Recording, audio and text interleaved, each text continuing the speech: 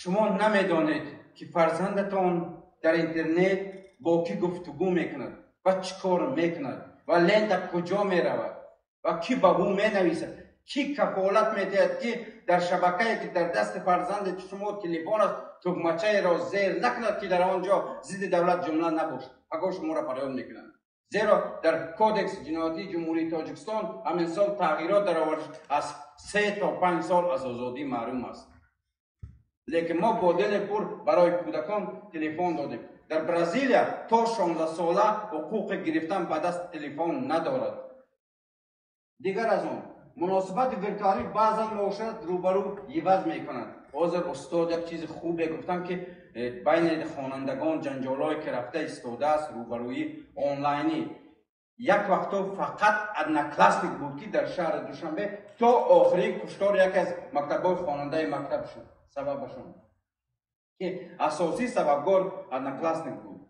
دیگر از آن جوانان می توانند با تهدیدهای اینترنتی از قبیل کیبر تجاوز و نقض دخالت‌ناپذیر شخصی روبرو شوند. من پایانتر آن را می‌بیارم که چگونه تهدید کیبر جنایت‌هایی که هستند امروز کودکان ما و شما را به آنجا برده استادند و از آنها استفاده میکنند و ممکن است که روز به یک مشکلی دچار آیند و آخر تاثیر به امنیت روانی شخص. علاقه مفکوره کودکی که امروز در خانه هست ببخشید ما و شما را فردا گوش نمیکنند. او در عالم مجازی زندگی دارد، عالم ویرچوالی است، با خودشان گفتگو میکند.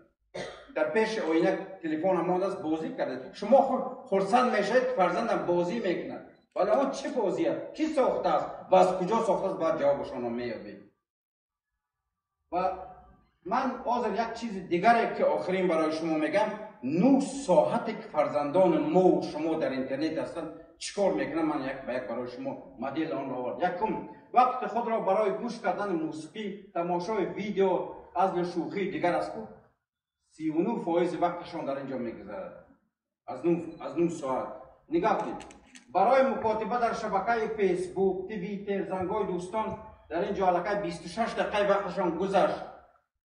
دیگر از آن در بازهای ویدئویی که آواره‌گردی در سایت‌هایی که است در آنجا علاقه 25 دقیقه گذشت. آخران چه ماند؟